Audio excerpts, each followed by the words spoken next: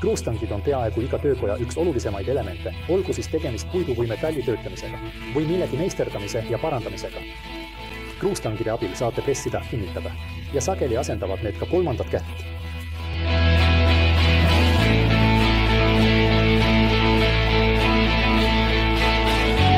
Peaaegu iga tööriist on enam-vähem universaalne.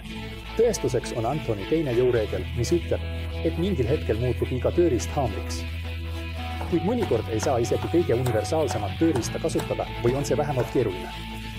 Ehe tüüpi klambrid on mulle väga meeltmööda, kuid on juhtumeid, kus on parem või lausa vajalik kasutada teistsugust kinnitustarvikut. Ja neid on palju. Kui vaatate tuntud tootjate ja müüjate katalooge, lähevad silmad kirjuks. Paralleelsed klambrid, ühekätised klambrid, C-tüüpi klambrid, nehtid, liistuklambrid, raamiklambrid, ekstsentrilised klambrid, liimklambrid, kinnitused.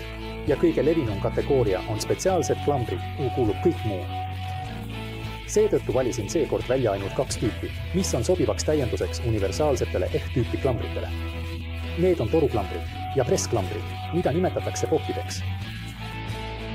Üheks tugevaks küljeks klambrite puhul, mida nimetatakse ka tugevdusteks, on käteulatus, mis tavaliselt jääb vahemikku 60–300 mm ja võimaldab kinnitamisjõul mõjuda vastaval kaugusel töödeldava detaili servast.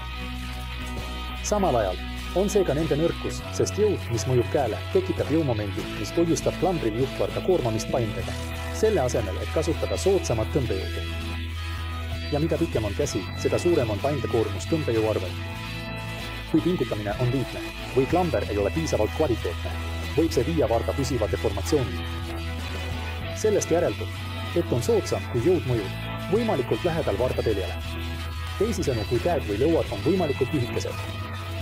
Paljude rakenduste puhul ei ole see üldse probleemiks, näiteks liimimisel, korpuse kokkupanemisel või tappide ja liistude pingutamisel. Nõudlike operatsioonide jaoks vajate raskeid klambreid, kuid sageli piisab üsna kergetest ja peamiselt kättesaadavatest toruklambrist. Mida lühemad on lõuad, seda pikem võib olla varras.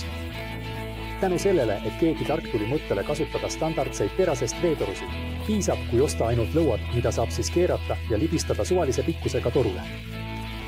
Tavaliselt kasutatakse 0,5 ja 3/4 tolliseid paksuseinalisi terastorusid. Vähemalt ühel küljel peab olema lõigatud keere, millele keeratakse lõuad koos töökääbidega. Teine liigutatav lõug libistatakse vastasküljelt peale ja kinnitub automaatselt soovitud kohas lukustusharjaga, mis sõna otseses mõttes hammustab torusse. Eeliseks on taskukohane hind. Vanema veetoru saate maapiirkonnas kätte õlle eest, kuid kui see on ilma keereta, peate lõikama keermelõikuriga. Seetõttu võib mõnele olla kasulikum osta toru rauakauplusest, juba valmis keermega.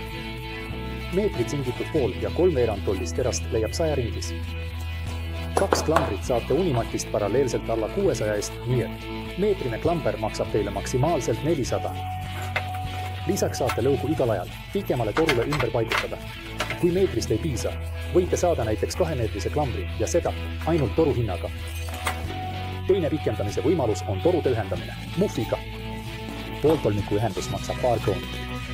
Üksikud torud ostetakse tavaliselt mõlemas otsas keermestatud. Alguses tahtsin ühe neist ära lõigata, kuid siis sain aru, et seda saaks kasutada just ühendamiseks.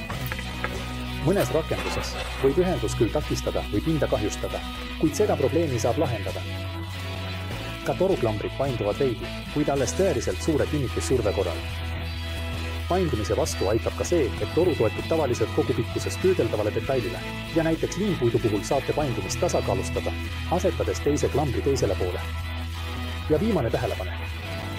Lõuad võtavad toru pikkusest umbes 10 cm, nii et meetrise toruklambriga saate kinnitada ainult umbes 90 cm. Täiesti vastupidisest otsast on pressklambrid, mida nimetatakse pokkideks.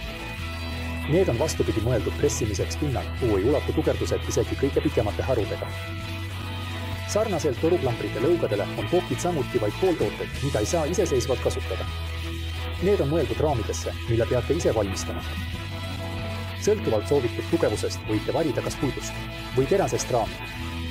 Lihtsam on valmistada muidugi puidust raame, sest suuri avasid pokkide jaoks on puidu sisse. Siiski veidi lihtsam puurida kui terasesse. Puit ei võimalda küll kinnitamisel nii suurt survet avaldada, kui enamiku puutöötlemistööde jaoks, nagu näiteks mitmekihiliste plaatide liimimine, on see piisav. Raami pikkuse valige vastavalt tooriku mõõtmetele. Kõrgust saab kohandada tänu mitmetele avadele tukipostides.